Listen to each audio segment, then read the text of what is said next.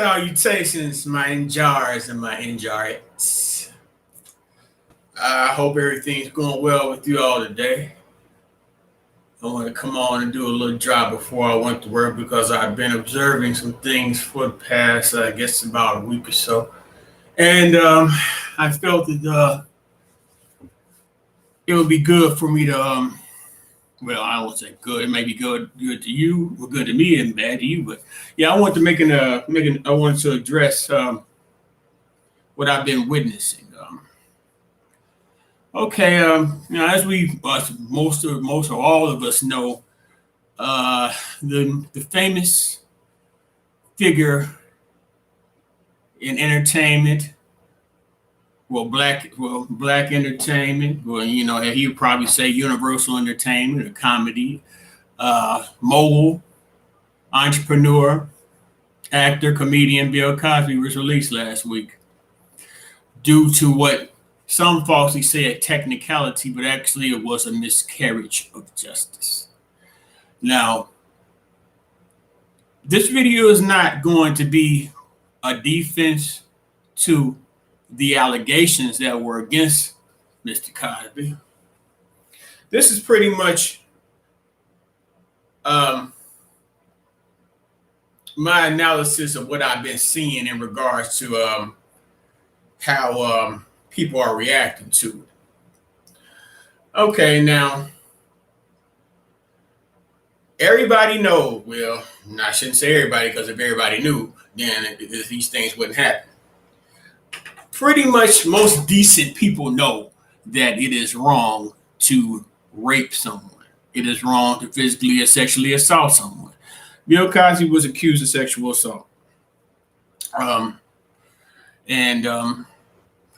What happened during the time period that it originally happened, he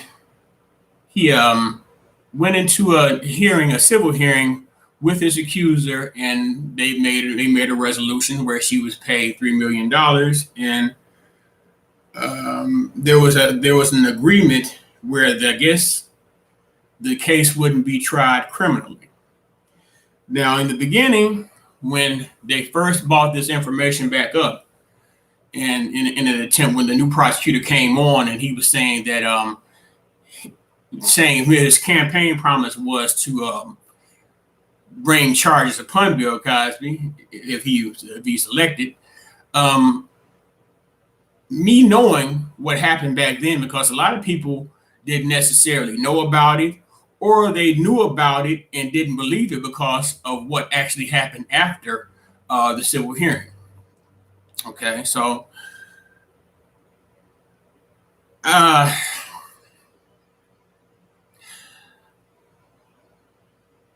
thing that troubled me about it was that the fact that they had made a legal binding agreement in a civil case that it wouldn't be tried, but I guess due to the fact that the dominant society, or should I say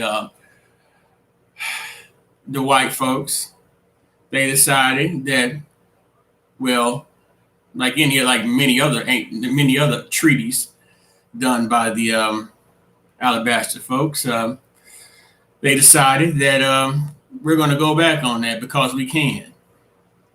Okay, so they tried Bill Cosby, and I said as soon, and then when I heard that the charges were going to be brought against him, I waited, because whenever a prominent black person is charged for anything criminally, the master trophy is a mug shot. So I waited, and I said, okay, once they put this mug shot up, it's on the pot. So they put it in the mug shot, and and then came the memes and things of that nature.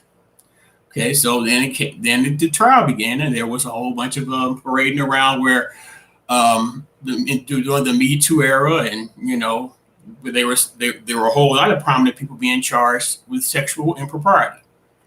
So this was pretty much the way. Well, I don't want to just dismiss it or belittle it and call it the wave, but call it the wave. This was the wave where, okay, there was a hedging of power by women.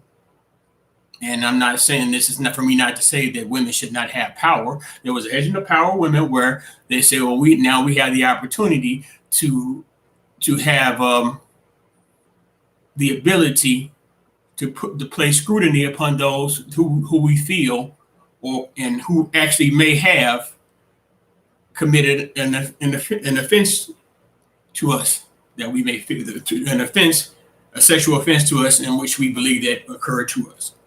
Okay, and I had no problem with that at all, but it came down to in the case of Bill Cosby and a few others, it came down to the point where it was becoming sort of racialized, because I guess you say it like this: you got Cuba Gooding Jr., of course, infamous Kales.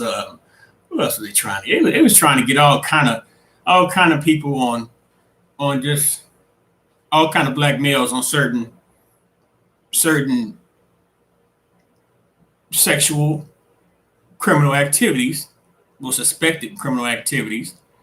But to me, it just, and I'm putting myself out on a limb here. For me, it seemed that it was kind of a more so a spectacle, as opposed to a quest for justice or finding answers to the accusations. Okay, now, even during that time, it was difficult to have a discussion about the topic, even just asking basic questions about the accusations, or the things that people were feeling about the accusations. You would ask questions, and the people that you would some of the people that you asked questions to would damn near accuse you of being a rapist or a rape apologist or participating in rape culture, so to speak, when all you were really trying to do is just have a conversation. And I find that's a big issue nowadays with people, especially in the social media sphere. It's like, some people believe that people are duty bound to respect their opinion, to accept their opinion, and to bow down to their opinion. Now, the saying goes, opinions are just like anuses. Everyone has one. See, I'm trying not to cuss, you understand. But the thing about it is when you're in a place like social media, where, pretty much people in your friends list are family or people that you know personally, along with, maybe people that you just met online, have known for a particular amount of time. So when you get other people who may or may not know you try to observe you and make character assassinations against you, just for the sake, I guess, from what my perspective was, it was just a performance, because people like to feel as if they're more morally and ethically sound, or more morally or ethically superior in appearance than others. Now, in the situation back then and in the current situation now, you'll see posts where there'll be individuals coming on saying, well, they'll make an outlandish statement. Like, for example, let's see here. Let's say something like, if you think it's okay that Bill Cosby was released, then unfriend me now. You support rapists. And that's it. Now, that statement may be true or false for some, but it's not universally true or false for all. That's another thing that goes on in social media: mass generalizations and mass accusations. Yeah, that's fine, because, like, once again, those are based on opinion, and just like anuses, everybody has their opinion. Now, my problem with that is that when you're online and you're typing and people are reading what you typed, there's no way for them to be able to tell. Like right now, you can see in my face and in my tone and inflection, where I guess you could say where my heart is and where my mind is.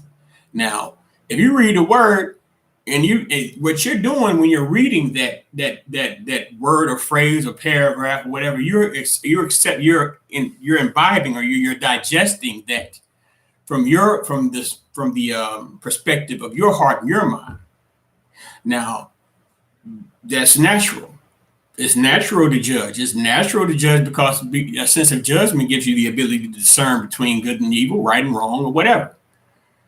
But that's your personal discernment based on your heart and your mind. Now, the one way to be sure that you're certain that what you feel in your heart and your mind, is to ask questions of the person in which you have an opinion against based on what they said. That is something that's missing. Now, something that I've seen is it goes two parts. The first part, which I think is really just wow, the most pandering, disgusting, weak,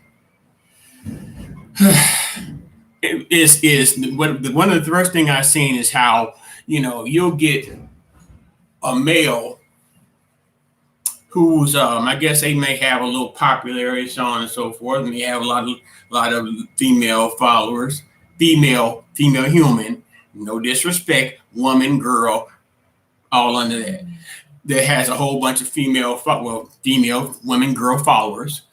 And what they'll do, they'll make a statement where they'll make a broad-based accusation against men in general, as if they're not part of that collective, in order to pander and cater to the hearts and the minds of women. Now, that is not necessarily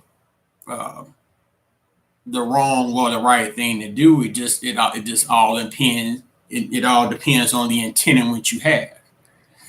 Now, what I see, and I'm a man, and I know, and being a man, I've had many years of being a man, so I know how men work. I know how I have propensity to operate. You guys ain't fooling me. You're performing, you're acting. You're not really concerned. You don't know them people. You don't know Andrea Constand. You don't know Bill. You don't know none of them 60 senior citizens or whomever who made the same accusation and as defendants on the same as not defendants, as accusers underneath the same law firm represented by the same lawyer. So you don't know them people. So for you to assume all of a sudden assume such a compassionate, caring, concerned position about people who I know you don't know, and I know you from interacting with you in other situations, sometimes offline in real life and online, that I know you're bull cracking, because I've seen how you operate. You don't this. I mean, I give it to you. Maybe what you do might impress the ladies, but I tell you what, I don't believe that'll make it any more successful for you to attain a woman, because I think that's really, in a lot of cases, what you guys are trying to do. You're trying to parade and perform, say, "Oh, that Bill Cosby's a terrible guy. This rape culture, this toxic masculinity. These guys, I don't understand them. I never would do anything like that." Niger, stop. And the other side of the coin is you'll have certain women, and I say certain as in some, not the collective all, that assume a position of offense, and of course, like I said earlier, Sexual assault and rape is something that is very offensive and something that should be punished. But the thing about when they protest against it, it'll be in a kind of like I got to think for this because a man is not supposed to speak for a woman, but I have to speak to what I observe. It appears to me as if you you haven't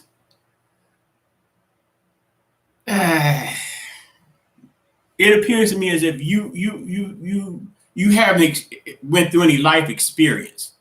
And I know if you're as old as me and I've known you as long as I have, you've been through life experiences. Now, one thing about it is the dynamic and the situation that occurred with this recent with the Cosby trial was that they were saying, oh, he slipped drugs, or whatever. But the thing about it is, it's putting the image in the minds that he gave her a glass of water and he broke the pill up in it and just slid it to her.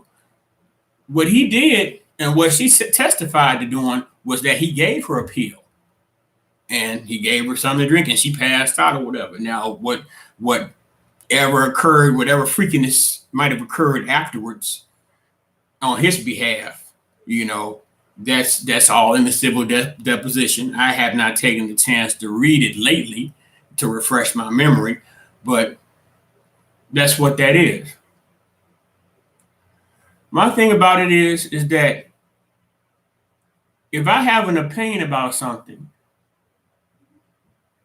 especially if it's when I'm sharing my opinion with women I've never met in person, I've never had any interaction with, if I share that opinion with you,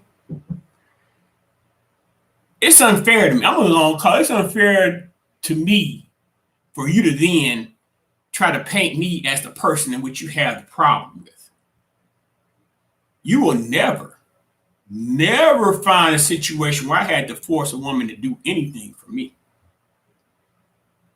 I mean, not to be superficial, I'm not dreadfully ugly.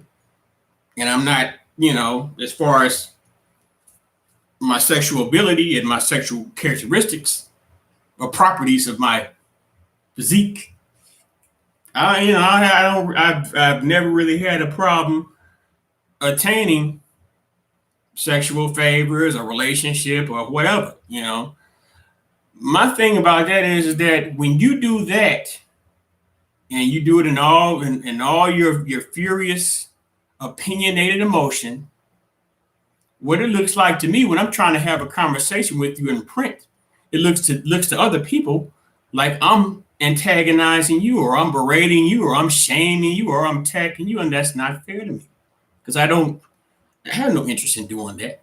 I get no benefit out of that.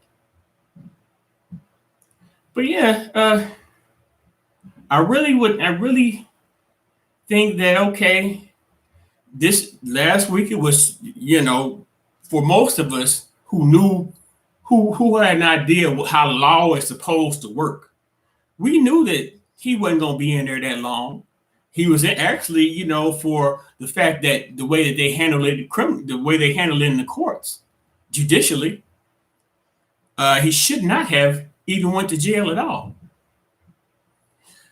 I mean, if you don't like the man, you should just celebrate the fact that he had to do 2 years when they really had no cause to try him. If you're happy that he's out and you don't believe that he did anything wrong, be happy that he got out and look for whatever project or comment he may make. But one thing that we have to do as people, specifically us NJARs, we need to slow down on this so-called trying to punish folks for opinions, because in the first place, NJARs don't have no universal method to punish other NJARs. None. You have to run to the oppressor. You have to run to the white to try to get your justice, to try to get your punishment. And that's in all areas, whether it be, a situation with, let's see. Well, so we'll go to, if you're familiar with Neely Fuller, we'll go with his 9 areas, in religion, that's one of the first things in which you understand that you have to go and speak with your oppressor about, because the oppressor is the image that represents your religion in most cases. In your early religion, if you from the South, well, if you have roots in the South, because I don't know what people consider where I'm from, the South, or whether it is Southern, it's country. I'm from the country, and I was raised in a traditional fashion. Now, when people say things like conservative, they automatically think of white folks. Conservatives does not mean white. It does not mean Republican. What it means is conservative. It means having traditional values. So, I don't know. I don't know. But like I say, we have to get to the point where we understand that we have to deal with each other. And pretty much what we do with each other is going to affect how we survive and we move forward into the future. We in these past, let's see, I say 20, well, in Facebook and all these other social medias apparatuses become available, and the time period since those things have become available, we should have been able to, since that folks like to use come together, but really we shouldn't even be coming together unless we have a problem that we need to solve, and that we're working together to solve a problem. We don't need to, we don't need to be all around each other in order to make changes. Your change starts with you within you. Your charity begins in your home. So if you ain't got your own situation together, and you can't point to anything that you've been able to build on your own, or any accomplishment that can be utilized as an asset or resource to mass amount of people, then you don't need to be thinking about coming together with nobody else, because you really can't offer them nothing. All you can do is just try to pretty much beg and take. But yeah, this is in the jar room. I am, as always, your kind and honest and non-rapey. I don't want to. I mean, not laugh, because they folks think I'm laughing at the rape and stuff. You're kind and benevolent, and hopefully you believe intelligent host of the Jar Room. Great to do. I hope you have a great day. I ain't mean to say my government. Hope y'all have a nice day, and I'll see y'all on the next one.